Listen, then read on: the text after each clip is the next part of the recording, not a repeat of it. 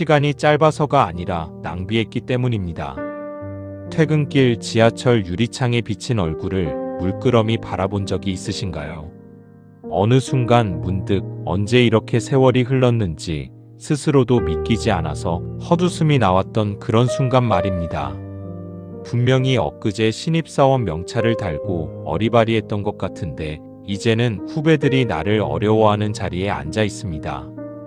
명절에 오랜만에 온 가족이 모였는데 문득 옆에 앉은 자식의 얼굴을 보다가 저 아이가 언제 이렇게 자랐는지, 내가 저 애의 20살을 제대로 지켜보기는 했는지 아득해지는 순간도 있습니다. 혹은 정년퇴직을 하고 처음 맞이한 평일 오전, 출근길 인파 속에 더 이상 내가 섞여 있지 않다는 그 낯선 고요함 속에서 나는 지난 30년간 대체 무엇을 위해 그렇게 뛰어다녔나 하고 자문하게 되는 순간도 있습니다. 회사에서, 집에서 정신없이 하루하루를 버텨냈을 뿐인데 돌아보니 손에 남은 것은 텅 빈 것 같은 허전함 뿐이었던 경험, 다들 한 번쯤은 있으실 겁니다. 20대에는 30이 아득하게 멀었고 30에는 40이 까마득했는데 지금은 10년 전 일이 마치 지난달처럼 가깝게 느껴집니다. 열심히 살았는데 정말이지 하루도 허투루 보내지 않았다고 자부할 수 있는데 왜 인생은 이렇게 손가락 사이로 빠져나가는 모래처럼 순식간에 사라져버린 걸까요? 이렇게 억울하고 허탈한 마음이 드는 것이 혹시 나만 유별나게 게으르거나 나약해서인지 스스로를 다그쳐 보신 적도 있을 겁니다. 친구들과 오랜만에 모인 자리에서도 비슷한 이야기가 오갑니다.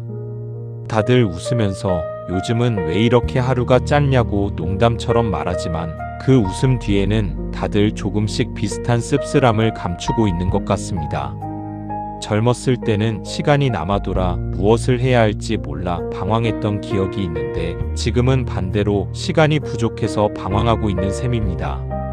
그렇다고 뭔가 특별히 잘못 살아온 것도 아닙니다. 오히려 주어진 자리에서 최선을 다했고 가족을 위해 헌신했고 맡은 역할에 충실했습니다. 그런데도 왜 인생의 어느 시점에 이르면 다들 약속이라도 한 듯 비슷한 허탈함과 억울함을 느끼는 것일까요? 결론부터 말씀드리겠습니다. 인생이 짧아서 이런 억울함이 드는 것이 아닙니다. 우리가 그 인생을 낭비했기 때문에 짧게 느껴지는 것입니다. 2000년 전 로마의 철학자 세네카는 이미 이 답을 알고 있었습니다. 그는 우리에게 주어진 시간이 부족한 것이 아니라 우리 스스로가 그 시간을 하찮게 흘려보내고 있을 뿐이라고 단호하게 말합니다. 그런데 왜 우리는 그렇게 바쁘게 성실하게 살아왔으면서도 정작 시간을 낭비했다는 이 뼈아픈 말을 들어야 하는 걸까요? 도대체 우리의 그 많던 시간은 다 어디로 흘러가 버린 걸까요? 지금부터 그 이유를 하나씩 찬찬히 짚어드리겠습니다. 살면서 우리는 참 많은 순간을 분주함 속에서 흘려보냅니다. 아침에 눈을 뜨자마자 밀려드는 할 일 목록, 회사에서의 회의와 보고, 퇴근하고 나서도 끝나지 않는 집안일과 자녀 걱정, 그리고 어느 날부터인가는 부모님의 병원 스케줄까지 챙겨야 하는 처지가 됩니다. 하루 종일 몸을 움직이고 머리를 굴리느라 앉아서 숨 돌릴 틈조차 없었던 날들이 쌓이고 쌓여 한 해가 되고 그 한 해가 다시 쌓여 인생이 됩니다. 어떤 이는 회사에서 남들보다 먼저 출근하고 늦게 퇴근하며 인정받는 것을 삶의 목표로 삼았고, 어떤 이는 자식들 뒷바라지를 위해 새벽부터 밤까지 몸이 부서져라 일했으며, 또 어떤 이는 늙어가는 부모님과 자라나는 자식을 동시에 챙기는 이른바 낀 세대의 무게를 오롯이 견뎌왔습니다. 자영업을 하며 하루도 가게 문을 닫지 못했던 분도 있을 것이고, 승진을 위해 주말도 반납하며 일했던 분도 있을 것이며, 아이 셋을 키우느라 정작 자신의 얼굴을 거울로 들여다볼 여유조차 없었던 분도 있을 것입니다. 시골에서 농사를 지으며 사계절 내내 손을 놀릴 틈이 없었던 분도 있을 것이고, 형제자매 중 맞이라는 이유만으로 부모님 병간호와 집안 대소사를 도맡아왔던 분도 있을 것입니다. 저마다 사정은 다르지만 그 밑바닥에 흐르는 마음만큼은 크게 다르지 않습니다. 누군가에게 혹은 무언가에게 쫓기듯 하루하루를 살아냈다는 그 감각 말입니다. 그런데 이상한 일입니다. 그렇게 쉼없이 바빴던 시간들을 돌이켜보면 정작 무엇을 위해 그렇게까지 바빴는지, 그 시간에 내가 정말로 무엇을 얻었는지 선명하게 떠오르는 것이 별로 없습니다. 매일 처리해야 할 일은 산더미였는데 막상 지난 한 해 동안 가장 행복했던 순간이 언제였느냐는 질문을 받으면 선뜻 대답이 나오지 않는 그런 상태 말입니다. 특히 자녀를 키우고 회사에서 자리를 지키느라 정신없이 달려온 분들이라면 이 마음을 누구보다 잘 아실 겁니다. 이런 순간들은 결코 특별한 사람에게만 찾아오는 것이 아닙니다. 오히려 성실하게 남부럽지 않게 살아온 사람일수록 이런 공허함이 더 크게 다가오곤 합니다. 사업을 크게 일군 사람도, 평생 한 직장에서 성실하게 자리를 지킨 사람도, 살림을 억척스럽게 꾸려온 사람도 마찬가지입니다. 겉으로 보이는 성취와는 별개로 그 성취를 이루기 위해 흘려보낸 무수한 하루하루 속에서 정작 자기 자신을 위한 시간은 얼마나 되었는지를 되짚어보면 다들 비슷한 씁쓸함을 느낍니다. 심지어 어떤 이들은 그렇게까지 바빴던 이유가 사실은 꼭 필요해서가 아니라 가만히 있으면 불안했기 때문이라는 것을 뒤늦게 깨닫기도 합니다. 몸이 아파 며칠 강제로 쉬게 되었을 때 처음에는 밀린 일 걱정에 마음이 급했지만 며칠이 지나자 오히려 낯선 평온함이 찾아왔다는 이야기를 종종 듣게 됩니다. 그리고 그 평온함 뒤에는 내가 그동안 왜 그렇게까지 스스로를 몰아붙였을까라는 질문이 뒤따라옵니다. 병원 침대에 누워서야 비로소 천장을 오래도록 바라보며 그동안 눈코 뜰 새 없이 바빴던 날들 속에서 정작 자신이 무엇을 놓치고 살았는지 하나둘 떠올려 보았다는 이야기도 낯설지 않을 것입니다. 정년퇴직을 앞두고 마지막 출근을 준비하던 어느 날 문득 사무실 창밖 풍경이 유난히 낯설게 느껴져서 한참을 서 있었다는 이야기를 들려주신 분도 있었습니다. 30년 가까이 매일 보던 풍경인데 그날따라 처음 보는 것처럼 새삼스러웠다는 것입니다. 아마도 그것은 그 풍경이 갑자기 달라져서가 아니라 그제야 비로소 여유를 갖고 제대로 바라보았기 때문일 것입니다. 심리학에서는 이렇게 끊임없이 바쁘게 움직이는 상태 자체를 생산적인 것으로 착각하는 현상을 이야기합니다. 사람은 손을 놀리지 않고 무언가에 몰두하고 있으면 그 자체로 안도감을 느끼도록 만들어져 있습니다. 가만히 앉아서 스스로에게 나는 지금 무엇을 위해 살고 있는가라는 질문을 던지는 일은 사실 상당한 심리적 에너지를 필요로 하는 불편한 작업입니다. 반면 눈앞에 닥친 업무를 처리하고 해야 할 일을 하나씩 지워나가는 일은 훨씬 쉽고 즉각적인 성취감을 줍니다. 그래서 우리는 무의식 중에 정말 중요한 질문을 회피하기 위한 도피처로 분주함을 선택하게 됩니다. 일에 파묻혀 있으면 적어도 내가 잘 살고 있는가라는 무거운 질문과 마주하지 않아도 되니까요. 문제는 이런 분주함이 오래 지속될수록 정작 자신에게 정말 중요한 것이 무엇인지 판단할 수 있는 감각 자체가 무뎌진다는 데 있습니다. 눈앞에 급한 일을 처리하는 데만 온 신경을 쓰다 보면 그 일이 애초에 내 인생에서 왜 중요했는지 혹은 정말 중요하기는 한 것인지 되짚어볼 여유조차 사라져버립니다. 그렇게 하루하루의 급함에 쫓기다 보면 어느새 한 사람의 인생 전체가 정작 자신은 없는 채로 다른 사람들의 요구와 사건들의 반응만 하다가 흘러가 버리는 것입니다. 급한 것과 중요한 것을 구분하지 못한 채 살아온 시간들이 쌓이면 정작 인생에서 진짜 중요했던 것들, 이를테면 가족과 나눈 대화나 스스로를 돌보는 시간은 늘 뒷전으로 밀려나게 됩니다. 더구나 분주함은 중독성이 있어서 한번 그 리듬에 익숙해지면 오히려 여유가 생겼을 때 불편함과 죄책감을 느끼는 경우도 많습니다. 모처럼 하루가 비어도 무언가 해야 할 것 같은 조바심에 시달리다가 결국 또 스스로 일거리를 만들어내는 것입니다. 세네카는 바로 이 지점을 정확하게 꿰뚫어 보았습니다. 그가 남긴 유명한 글 인생의 짧음에 관하여는 이렇게 시작합니다. 우리가 인생이 짧다고 불평하는 것은 자연히 우리에게 인색해서가 아니라 우리 스스로가 그 많은 시간을 낭비하고 있기 때문이라고 말입니다. 흥미로운 것은 세네카 자신도 결코 한가한 삶을 살았던 사람이 아니었다는 점입니다. 그는 로마 황제의 곁에서 국정에 깊이 관여했던 당대 가장 바쁘고 치열한 삶을 살았던 인물 중 하나였습니다. 그런 그가 누구보다 바쁨의 함정을 뼈저리게 겪어보았기에 바쁜 사람들이야말로 역설적으로 가장 짧은 삶을 사는 사람들이라고 지적할 수 있었던 것입니다. 언뜻 들으면 매정하게 느껴질 수도 있는 말입니다. 누구보다 성실하게 새벽부터 밤까지 최선을 다해 살아온 우리에게 그 시간이 낭비였다니요. 하지만 세네카가 말하고자 한 것은 게으름을 피우라는 뜻이 결코 아닙니다. 그가 지적한 것은 우리가 그 많은 시간과 에너지를 정작 자기 자신이 아니라 다른 무언가에 저당 잡힌 채로 살아가고 있다는 사실입니다. 회사의 성과를 위해, 남에게 보이는 체면을 위해, 당장 눈앞의 걱정거리를 처리하기 위해 우리의 하루하루를 다 써버리고 나면 정작 그 하루 중 온전히 나 자신으로 존재했던 시간은 얼마 남지 않게 됩니다. 세네카는 이것을 두고 우리가 남에게 시간을 빌려주고 있다고 표현합니다.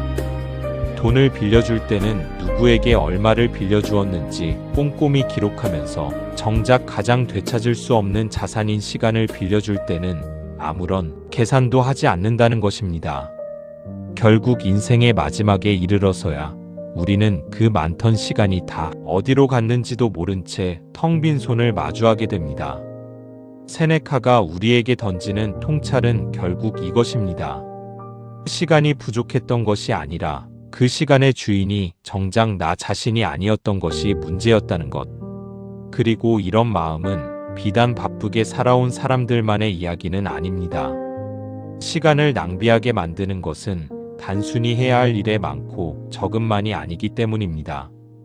우리가 정말로 많은 시간을 흘려보내는 또 다른 이유는 바로 남의 시선과 기대에 맞추어 살아가는 습관에 있습니다. 생각해보면 우리 인생의 크고 작은 선택들 가운데 얼마나 많은 것들이 온전히 나의 뜻이었을까요? 어떤 대학, 어떤 직장, 어떤 배우자를 만나야 하는지, 자식은 며칠 낳아야 하는지, 명절에는 어떻게 처신해야 하는지, 이웃과 친척들 앞에서 우리 집안이 어떻게 비춰야 하는지, 이런 질문들에 대한 답을 내릴 때 얼마나 많은 순간 남들이 어떻게 볼까라는 잣대가 먼저 작동했는지 돌아보면 조금 씁쓸해지는 것이 사실입니다. 자식을 키울 때도 마찬가지입니다. 정작 아이가 무엇을 좋아하고 무엇에 재능이 있는지보다 옆집 아이는 어느 학원에 다니는지, 친척들 앞에서 자식 자랑을 할 수 있는지가 더 중요한 기준이 되어버린 순간들이 있었을 겁니다. 결혼식이나 장례식 같은 자리에서 오가는 말 한마디에 온종일 마음이 상했던 기억, 남들 눈에 우리 집이 얼마나 잘 사는 것처럼 보이는지에 신경 쓰느라 정작 가족끼리 마음 편히 지낼 시간을 놓쳐버린 기억도 다들 있으실 겁니다. 동창회에 나가서 누구는 자식이 어느 회사에 들어갔다더라, 누구는 집을 몇 채나 늘렸다더라 하는 이야기를 듣고 돌아오는 길에 괜히 마음이 무거워졌던 밤도 있었을 것입니다. 심지어 명절 음식을 준비하면서도 정작 가족이 무엇을 먹고 싶어 하는지보다 손님 앞에서 상차림이 초라해 보이지는 않을지가 더 신경 쓰였던 경험도 있으실 겁니다. 결혼식장에서 축의금 액수를 은근히 신경 쓰고 장례식장에서 조문객 수로 고인의 인생을 가늠하는 시선들 앞에서 정작 슬픔을 나누어야 할 자리마저 남에게 보이기 위한 무대처럼 되어버리는 순간들도 낯설지 않습니다. 그렇게 평생을 남의 잣대에 맞추어 살다 보면 어느 순간 정작 나는 무엇을 좋아하는 사람인지, 나는 어떤 삶을 살고 싶었는지 스스로도 답할 수 없게 되어버립니다. 은퇴 후에 흔히 겪는다는 그 막막함, 아무도 나를 찾지 않는 시간 앞에서 무엇을 해야 할지 몰라 하루 종일 텔레비전 앞에 멍하니 앉아 있게 되는 그 낯선 공허함도 사실은 평생 남의 기준으로만 시간을 채워왔기 때문에 생기는 자연스러운 결과일 수 있습니다. 심리학에서는 인간이 본능적으로 소속된 집단으로부터 인정받고 싶어하는 강한 욕구를 지니고 있다고 설명합니다. 이는 생존을 위해 무리에서 배척당하지 않아야 했던 오랜 시간의 흔적이기도 합니다. 문제는 이 인정 욕구가 지나치게 강해지면 자기 내면의 목소리보다 타인의 시선이라는 외부의 잣대가 삶의 모든 선택을 지배하게 된다는 데 있습니다. 우리는 이것을 흔히 남과 나를 견주어 보는 심리라고 부르는데, 이 비교의 잣대는 대개 내가 가진 것이 아니라 남이 가진 것에서 출발하기 때문에 아무리 채워도 만족감을 주지 못한다는 특징이 있습니다. 오늘 남보다 조금 앞섰다고 느껴도 내일이면 또 다른 비교 대상이 나타나기 때문에 이 잣대를 따라가는 삶은 결코 끝나는 지점이 없습니다. 이렇게 타인의 기준에 맞추어 살아가는 삶의 방식이 오래 굳어지면 정작 자기 자신이 진짜로 원하는 것이 무엇인지 감지하는 능력 자체가 점점 희미해집니다. 마치 오랫동안 쓰지 않은 근육이 굳어버리듯 자기 욕구를 들여다보는 감각도 쓰지 않으면 무뎌지는 것입니다. 그래서 많은 이들이 정년퇴직을 하거나 자녀를 다 키워 독립시킨 뒤, 즉 더 이상 맞추어야 할 타인의 기대가 눈앞에 없어진 순간 오히려 극심한 상실감과 방향 감각의 혼란을 겪습니다. 평생을 남을 위해 시간을 써온 사람에게 갑자기 온전히 나만을 위해 쓸 수 있는 시간이 주어지면 그 시간을 어떻게 다루어야 할지 몰라 당황하게 되는 것입니다. 세네카는 이 부분에 대해서도 아주 단호한 목소리를 냅니다. 그는 남의 인생에 맞추어 사느라 자신의 삶을 낭비하는 사람들을 향해 정작 자기 자신을 위해서는 단 하루도 살아본 적이 없다고 일갈합니다. 세네카가 볼 때 진짜 부유한 사람이란 재산이 많은 사람이 아니라 자기 시간의 주인으로 살아가는 사람입니다. 반면 아무리 많은 것을 가졌어도 그 시간과 관심을 온통 남의 평가와 기대에 저당 잡힌 사람은 세네카의 표현을 빌리면 가장 가난한 삶을 사는 사람입니다. 여기서 세네카가 강조하는 것은 이기적으로 살라는 뜻이 아닙니다. 그가 말하고자 한 것은 최소한 내 삶의 방향을 결정하는 주체가 남이 아니라 나 자신이어야 한다는 것입니다. 무엇을 하며 살든 그 선택이 남에게 보이기 위한 것이 아니라 내가 정말로 옳다고 믿는 것을 향한 것이라면 설령 그 결과가 완벽하지 않더라도 그 시간은 결코 낭비가 아니라고 세네카는 말합니다. 평생 가족을 위해, 회사를 위해, 주변 사람들을 위해 헌신해 온 시간들 역시 마찬가지입니다. 그것이 남의 눈치를 보느라 억지로 끌려간 시간이 아니라 내가 사랑하는 사람들을 지키겠다는 나 자신의 신념과 선택에서 비롯된 시간이었다면 그 시간은 결코 허비된 것이 아닙니다. 다만 세네카가 우리에게 남기는 질문은 이것입니다. 지금부터라도 남은 시간의 방향키만큼은 스스로 쥐고 있는가? 그런데 시간의 주인으로 산다는 것은 단순히 마음가짐의 문제만은 아닙니다. 우리가 평소에 시간을 실제로 얼마나 소중한 자산으로 다루어 왔는지를 돌아보면 조금 부끄러워지는 지점이 있습니다. 노후 자금을 마련하기 위해 몇 년째 가계부를 쓰고 적금과 보험을 꼼꼼히 비교해서 가입하고 자식들 결혼 자금과 병원비까지 미리 계산해 두는 분들이 많습니다.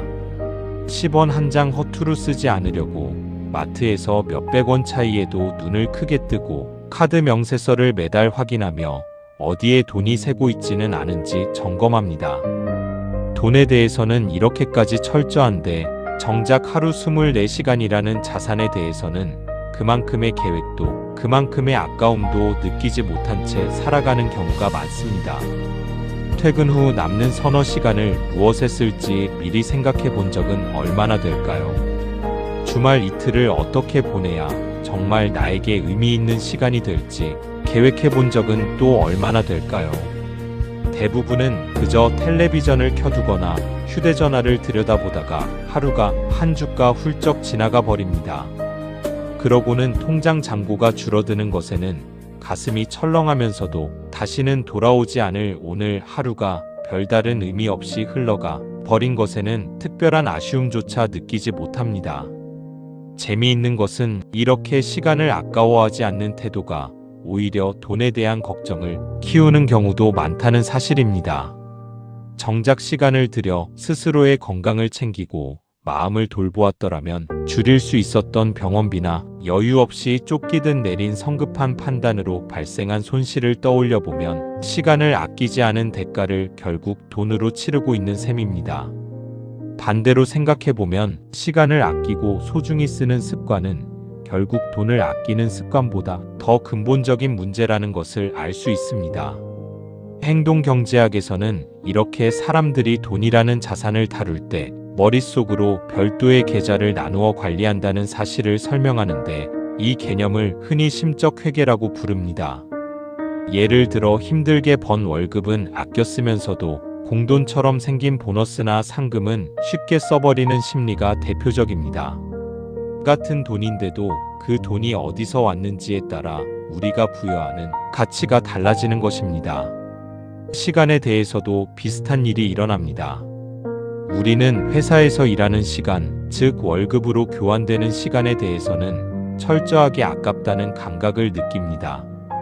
회의가 예정보다 길어지면 짜증이 나고 야근을 하면 그만큼 보상을 바라게 됩니다. 그런데 퇴근 후나 주말처럼 돈으로 직접 교환되지 않는 시간에 대해서는 이상하게도 그 아까움의 감각이 뚝 떨어집니다. 마치 공돈처럼 생긴 시간이라 여기고 별 생각 없이 흘려보내도 괜찮다고 착각하는 것입니다. 하지만 정작 인생을 돌아볼 때 우리에게 진짜 의미 있는 기억으로 남는 것은 회사에서 보낸 시간이 아니라 바로 그 공돈처럼 여겼던 퇴근 후와 주말의 시간들인 경우가 훨씬 많습니다. 세네카는 시간을 대하는 우리의 이런 이중적인 태도를 이미 정확히 짚어냈습니다. 그는 사람들이 자기 소유의 땅이나 재산을 지키는 일에는 한 뼘도 양보하지 않으면서 정작 다른 사람이 자신의 시간을 함부로 빼앗아 가도록 내버려 둔다고 꼬집었습니다. 누군가 내 지갑에서 돈을 조금이라도 가져가려 하면 우리는 즉시 저항합니다. 하지만 누군가 별다른 이유 없이 나의 하루를 통째로 잡아먹는 그것에는 이상하리만치 관대합니다. 원치 않는 약속에 마지못해 끌려나가거나 의미 없는 잡담에 몇 시간을 흘려보내거나 굳이 하지 않아도 될 걱정에 밤새 마음을 빼앗기는 일들이 그렇습니다. 세네카는 이렇게 묻습니다. 왜 우리는 돈은 그토록 아끼면서 정작 유한하다는 것을 뻔히 알고 있는 시간은 그렇게 헤프게 대하느냐고 말입니다. 그가 우리에게 권하는 것은 대단한 절약이 아닙니다. 다만 하루를 시작할 때 오늘 이 시간을 어디에 쓸 것인지 스스로에게 한 번쯤 물어보는 습관, 그리고 그 시간을 함부로 빼앗으려는 것들 앞에서 조금은 더 단호해지는 태도입니다. 돈을 쓰기 전에 한 번 더 생각하듯 시간을 내어주기 전에도 딱 한 번만 더 자신에게 물어보는 것.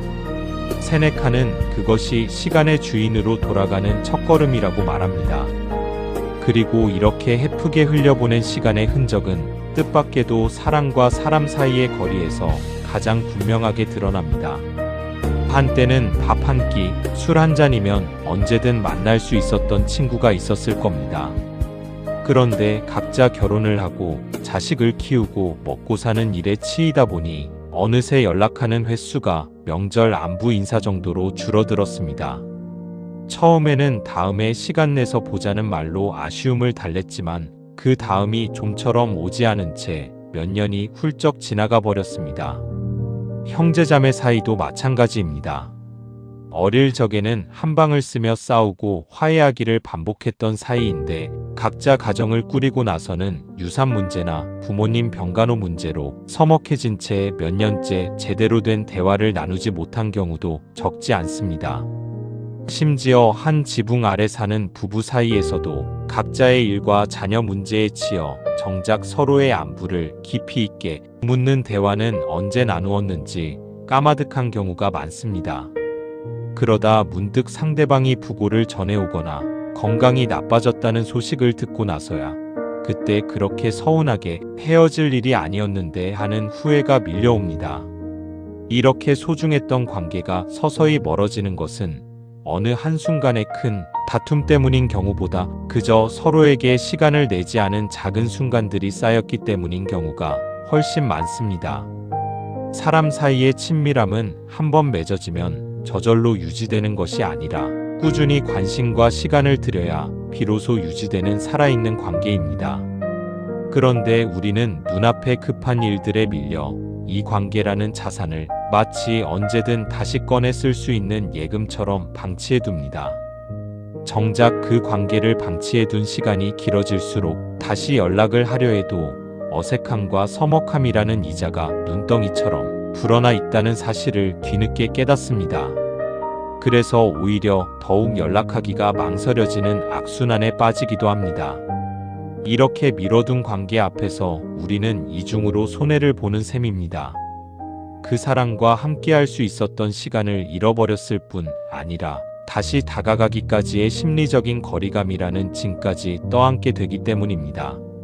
세네카는 사랑과 사람 사이의 우정과 유대를 인생에서 가장 소중한 자산 가운데 하나로 여겼던 철학자입니다. 그는 벗에게 편지를 쓸 때조차 형식적인 안부가 아니라 진심 어린 성찰을 담아 보내며 관계에 소홀함이 없도록 스스로를 다잡았습니다. 세네카가 볼 때 사람 사이의 유대는 저절로 굳건해지는 것이 아니라 마치 근육처럼 계속해서 쓰고 돌보아야 비로소 단단해지는 것이었습니다. 그는 우리에게 묻습니다.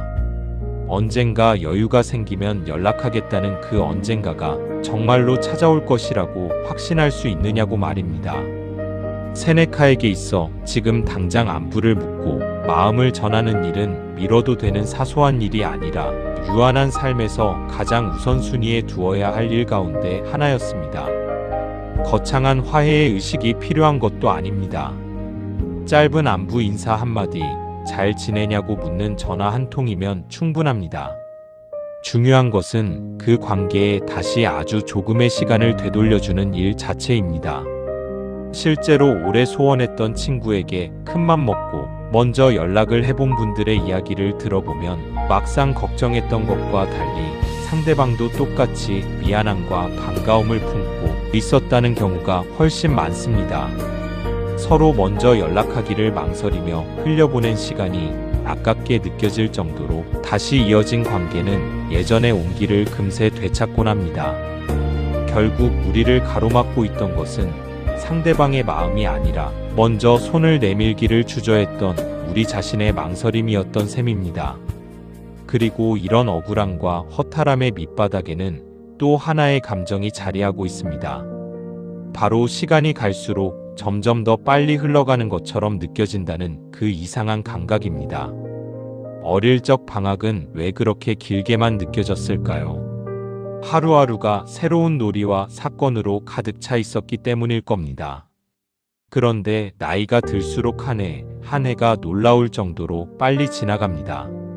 새해 인사를 나눈 게 엊그제 같은데 벌써 연말이 다가와 있고 아이의 입학식이 엊그제 같은데 벌써 졸업식을 준비하고 있습니다. 매년 이맘때가 되면 올해도 벌써 다 갔네라는 말을 습관처럼 내뱉으면서도 그 말 속에 담긴 조바심과 허무함을 애써 웃음으로 넘기신 경험이 있으실 겁니다. 어떤 분은 매일 아침 같은 시간에 같은 길로 출근하고 같은 자리에 앉아 같은 일을 반복하면서 문득 오늘이 어제와 뭐가 달랐는지 도무지 구분이 되지 않는다고 토로하기도 합니다. 또 어떤 분은 자녀가 어릴 때는 하루하루가 길게 느껴져 육아가 언제 끝나나 싶었는데 막상 자녀가 독립하고 나니 그 시절이 마치 며칠 만에 지나간 것처럼 아득하게 느껴진다고 합니다. 여행을 다녀오면 유독 그 며칠이 길게 기억되는 것도 비슷한 이치입니다. 낯선 길과 낯선 풍경으로 채워진 사흘은 익숙한 일상 한 달보다 오히려 더 두텁게 기억에 남곤 합니다. 오래전 신혼여행이나 아이들과 함께 떠났던 첫 가족여행의 장면들은 몇십 년이 지난 지금도 마치 어제 일처럼 선명하게 떠오르는데 반대로 불과 몇 년 전 어느 평범한 화요일에 무엇을 했는지는 도무지 기억나지 않는 것도 같은 이유입니다. 우리의 기억은 시간의 길이가 아니라 그 안에 담긴 새로움의 밀도로 인생을 기록하기 때문입니다. 이렇게 시간이 점점 빨리 흐르는 것처럼 느껴지는 것은 단순한 착각이 아니라 우리 삶의 리듬이 변화하면서 생기는 자연스러운 심리적 현상으로 알려져 있습니다. 어린 시절에는 등하굣길의 풍경 하나, 친구와의 사소한 다툼 하나까지 모든 것이 처음 겪는 새로운 경험이었기 때문에 뇌가 그 시간을 촘촘하고 길게 기록합니다. 반면 나이가 들어 일상이 반복될수록 출퇴근길도 늘 같은 길이고 하는 일도 익숙한 패턴을 반복하다 보면 뇌는 그 시간을 특별히 저장할 필요가 없다고 판단해 섬기게 기록합니다.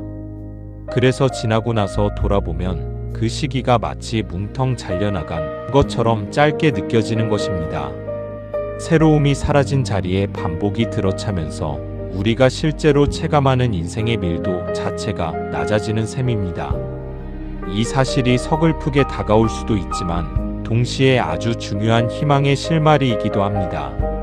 시간이 빨리 흐르는 것이 나이 자체의 문제가 아니라 반복되는 일상, 새로움 없는 나날들의 문제라면 거꾸로 우리가 의식적으로 하루하루의 작은 새로움과 온전한 몰입을 채워 넣는다면 인생의 체감 밀도는 얼마든지 다시 높아질 수 있다는 뜻이기 때문입니다.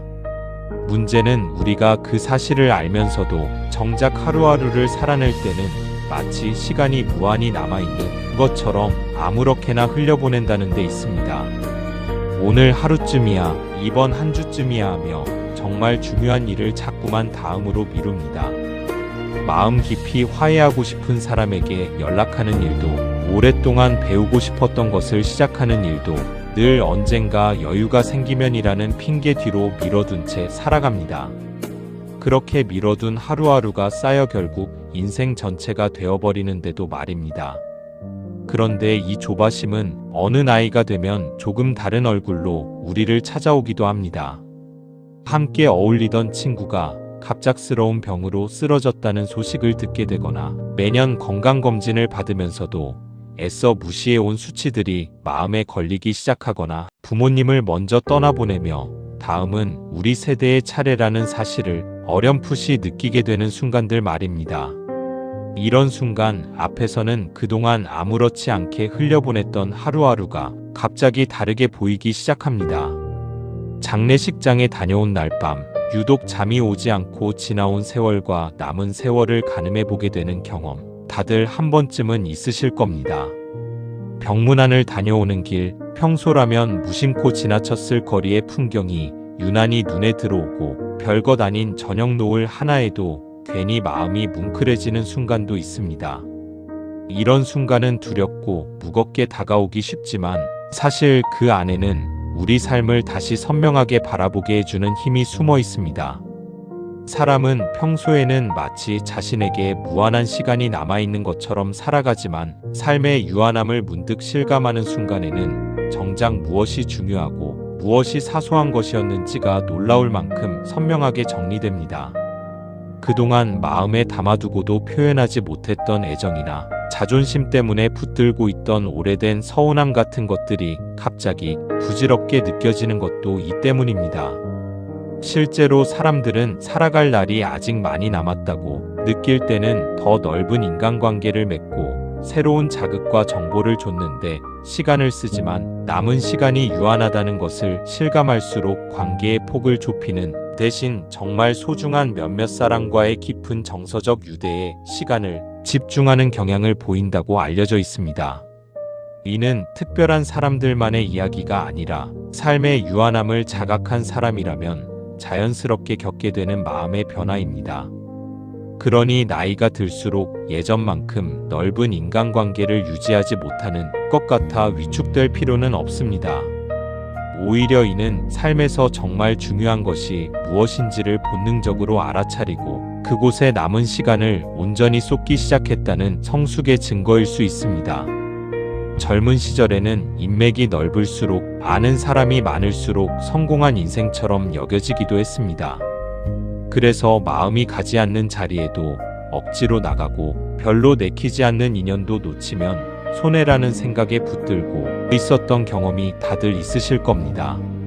하지만 인생의 후반부로 갈수록 넓지만 얕은 관계보다 좁아도 깊은 관계 몇이 훨씬 더 큰 위로와 힘이 된다는 것을 몸으로 알게 됩니다. 명함을 주고받은 숫자보다 마음을 터놓고 지낼 수 있는 몇 사람의 존재가 훨씬 더 든든하다는 것을 이제는 다들 알고 계실 겁니다.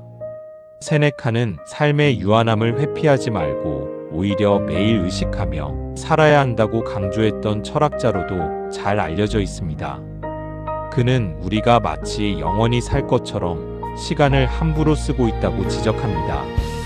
마치 화수분처럼 시간이 끝없이 채워질 것이라 믿고 정작 지금 이 순간을 소중히 여기지 않은 채 언젠가 있을 미래의 어느 시점으로 진짜 삶을 계속 미룬다는 것입니다. 그런데 세네카가 강조하는 진짜 통찰은 여기서 한 걸음 더 나아갑니다. 그는 인생이 짧지 않다고 오히려 우리에게 주어진 시간은 충분히 길다고 단언합니다. 다만 그 시간을 오롯이 자신의 것으로 살아낸 사람만이 그 충분한 길이를 누릴 수 있다는 것입니다. 세네카가 말하는 진짜 삶이란 하루하루를 그저 스쳐 지나가게 두는 것이 아니라 매 순간을 온전히 의식하며 살아내는 것을 뜻합니다. 그렇게 현재를 진하게 살아낸 사람은 지나간 시간들을 후회와 상실감으로 기억하는 것이 아니라 온전히 내 것으로 소유한 자산처럼 언제든 다시 꺼내어 음미할 수 있다고 말합니다. 반면 하루하루를 그저 흘려보내며 다음 또 다음으로 진짜 삶을 미루기만 한 사람은 아무리 오래 살아도 정작 자기 것이라 할 수 있는 시간은 얼마 남지 않게 됩니다. 그러니 세네카에게 있어 인생의 길이는 살아낸 횟수가 아니라 얼마나 깊이 현재를 자신의 것으로 살아냈는가에 달려있는 셈입니다. 삶의 유한함을 두려워하며 외면하기보다 그것을 담담히 받아들일 때 오히려 지금 이 순간이 훨씬 더 선명하고 소중하게 다가온다는 것이 세네카가 우리에게 건네는 위로입니다. 여기까지 듣다 보면 문득 이런 생각이 드실 수도 있습니다. 그렇다면 이제부터라도 쉬면서 나 자신을 위한 시간을 가지면 되겠구나 하고 말입니다.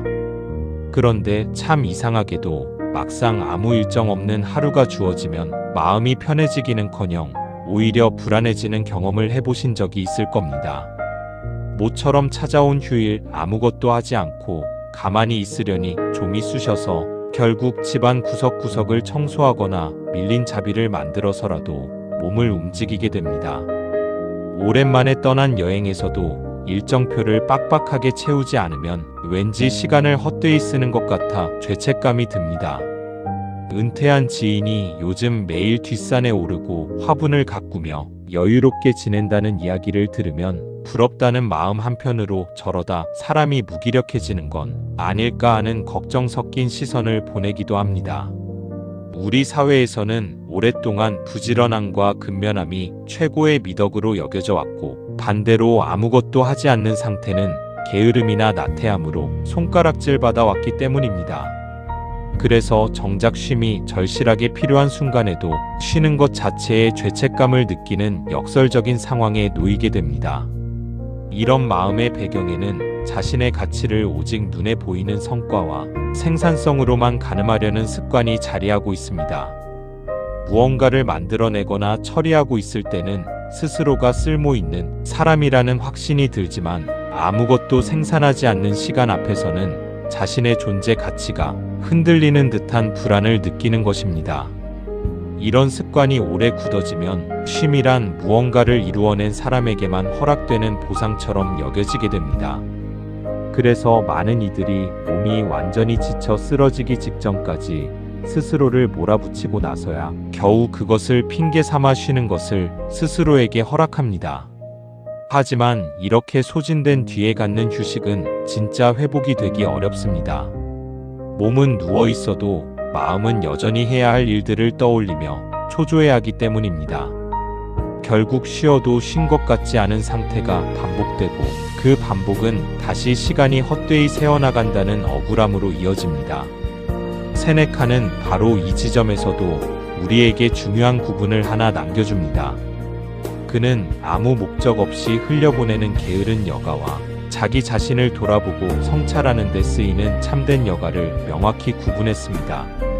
세네카가 볼 때 하는 일 없이 시간을 흘려보내는 게으름은 분명 경계해야 할 낭비이지만 자기 내면을 들여다보고 삶의 방향을 가다듬는 데 쓰이는 여가는 오히려 가장 생산적인 시간입니다. 그는 오히려 이런 여가야말로 정신이 가장 활발하게 움직이는 시간이라고 보았습니다.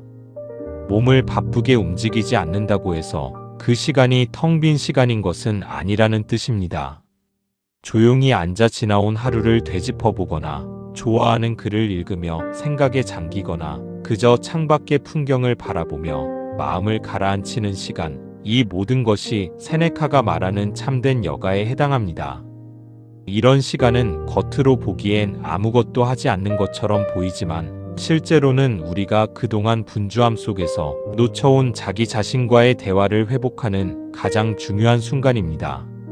그러니 이제는 쉬는 것에 죄책감을 느낄 필요가 없습니다. 오히려 아무것도 만들어내지 않아도 괜찮다는 사실을 스스로에게 허락하는 것이야말로 시간의 주인으로 돌아가는 가장 용기 있는 선택입니다. 여기에 더해 우리가 시간을 낭비하는 또 하나의 아주 흔한 방식이 있습니다. 바로 언젠가 완벽한 때가 오면이라는 말로 정작 지금 시작해야 할 것들을 계속 미루는 습관입니다. 은퇴하면 그림을 배워야지, 아이들이 다 크면 부부끼리 여행을 다녀야지, 형편이 좀 나아지면 부모님께 더 잘해드려야지. 이렇게 마음속으로 그려온 목록들이 다들 하나쯤은 있으실 겁니다. 문제는 그 완벽한 때라는 것이 좀처럼 오지 않는다는 데 있습니다. 은퇴를 하고 나면 이번엔 손주를 돌보느라 바빠지고, 아이들이 다 크고 나면 이번엔 건강이 예전 같지 않아 여행이 부담스러워지고, 형편이 좀 나아졌다 싶으면 다시 예상치 못한 지출이 생깁니다. 인생은 이상하리만치 완벽한 조건이 모두 갖추어지는 순간을 잘 허락하지 않습니다. 그런데도 우리는 여전히 지금 이 순간이 아니라 모든 것이 준비된 미래의 어느 시점을 진짜 삶의 시작점으로 여기며 살아갑니다. 마치 지금의 삶은 진짜가 아니고 진짜 삶은 저 앞에 따로 예정되어 있는 것처럼 말입니다. 이렇게 시작을 미루는 마음의 배경에는 완벽하지 않은 상태로 무언가를 시작했다가 실패하거나 후회하는 것에 대한 두려움이 자리하고 있습니다. 조건이 완벽하게 갖추어진 다음에 시작하면 실패할 확률도 낮아질 것 같고 후회할 일도 없을 것 같은 심리적 안도감을 주기 때문입니다. 하지만 이 완벽한 조건이라는 것은 애초에 존재하지 않는 신기루에 가깝습니다. 우리가 흔히 준비가 되면이라고 말할 때 그 준비의 기준은 계속해서 뒤로 밀려나기 마련입니다. 시간이 조금 더 있으면, 돈이 조금 더 모이면, 아이가 조금만 더 크면 하는 식으로 그 조건은 채워지는 순간 또 다른 조건으로 대체되어 버립니다. 결국 이 미루기의 습관은 단 한 번도 완전히 해소되지 않은 채 인생의 마지막 순간까지 언젠가는이라는 말로 이어지게 됩니다. 세네카는 바로 이 지점에서 아주 뼈아픈 문장을 남겼습니다. 그는 사람들이 마치 언제나 삶을 시작하려고만 하고 결코 실제로 살지는 않는다고 꼬집었습니다. 늘 준비만 하고 있을 뿐 정작 그 준비가 끝나 진짜 삶이 시작되는 순간은 영영 오지 않는다는 것입니다. 세네카가 우리에게 전하고자 한 메시지는 분명합니다. 완벽한 때를 기다리지 말라는 것.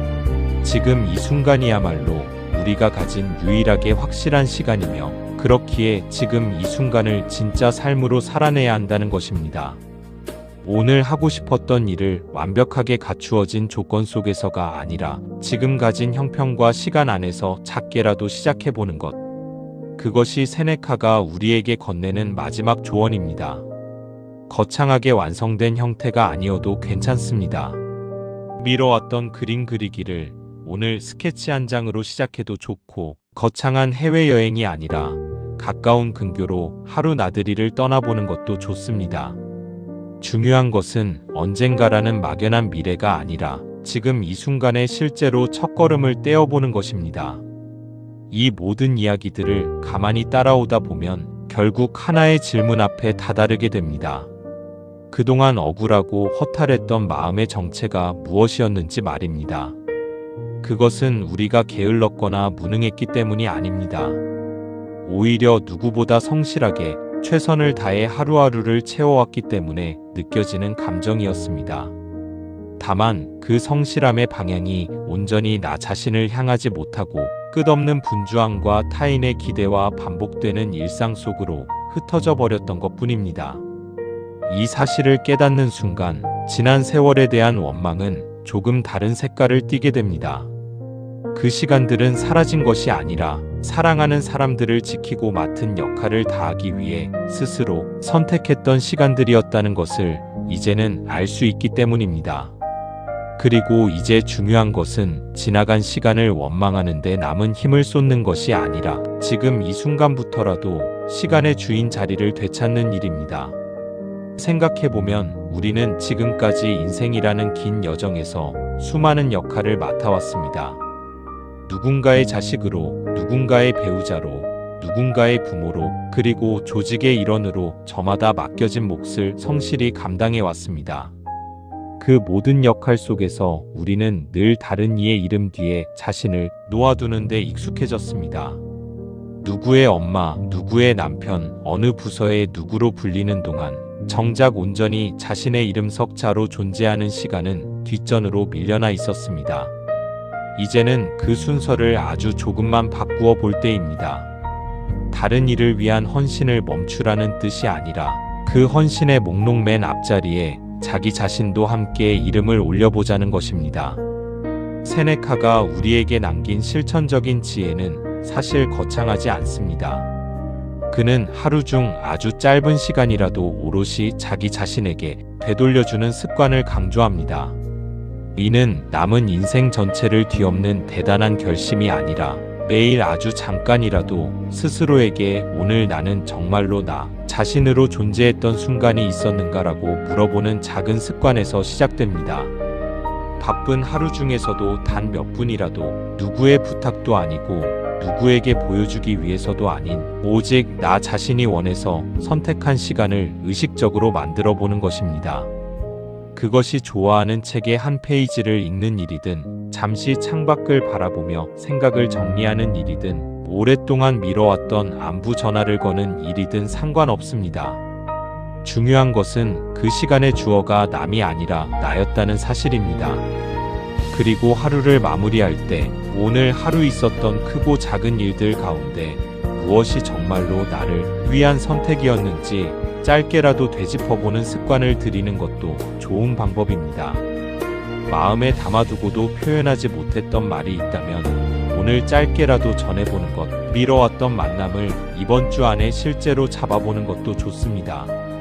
이렇게 하루의 작은 조각이라도 온전한 나의 시간을 되찾는 습관이 쌓이면 어느 순간 인생 전체를 돌아보았을 때 그 조각들이 모여 결코 헛되지 않았던 나만의 서사를 이루고 있음을 발견하게 될 것입니다.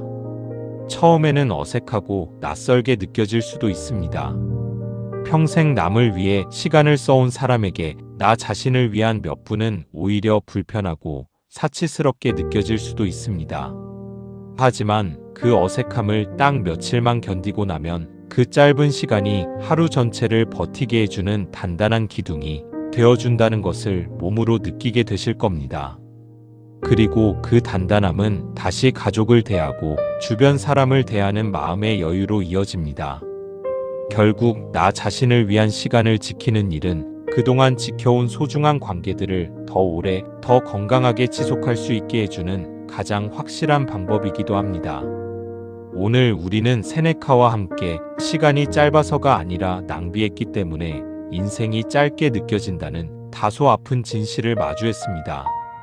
그리고 그 낭비의 진짜 이유가 우리의 게으름이 아니라 끝없는 분주함과 타인의 시선, 반복되는 일상, 그리고 삶의 유한함을 애써 외면해온 습관 속에서 정작 자기 자신을 잃어버렸기 때문이라는 사실도 함께 들여다보았습니다.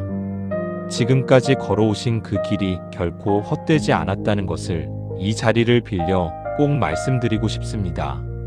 자식을 위해, 가족을 위해, 맡은 자리를 지키기 위해 자신을 뒤로 밀어두었던 그 모든 시간들은 사랑이라는 이름으로 스스로 선택하신 값진 시간이었습니다. 그 헌신과 인내의 세월을 지나오신 것 자체가 누구도 함부로 흉내낼 수 없는 존경받아 마땅한 삶의 궤적입니다. 지금 이 이야기를 듣고 계신 여러분 한 분 한 분이 그 누구도 대신 걸어줄 수 없는 자신만의 길을 여기까지 묵묵히 걸어오셨습니다. 때로는 넘어지고 때로는 억울했을 그 모든 순간들을 견뎌내며 오늘에 이르셨다는 것만으로도 이미 충분히 잘 살아오셨다는 것을 말씀드리고 싶습니다. 다만 이제는 그 사랑의 방식 안에 자기 자신을 위한 자리도 조금씩 마련해 보시기를 바랍니다. 거창한 결심이 아니어도 좋습니다. 오늘 하루 아주 짧은 시간이라도 온전히 나 자신을 위해 써보는 것에서부터 다시 시작하시면 됩니다. 이 채널 마음 쉬어가는 시간은 앞으로도 인생의 길목마다 필요한 위로와 통찰을 함께 나누고자 합니다. 오늘 이야기가 마음에 와닿으셨다면 구독과 좋아요로 응원해 주시면 다음에도 더 좋은 이야기로 찾아뵙겠습니다. 오늘도 당신을 응원합니다.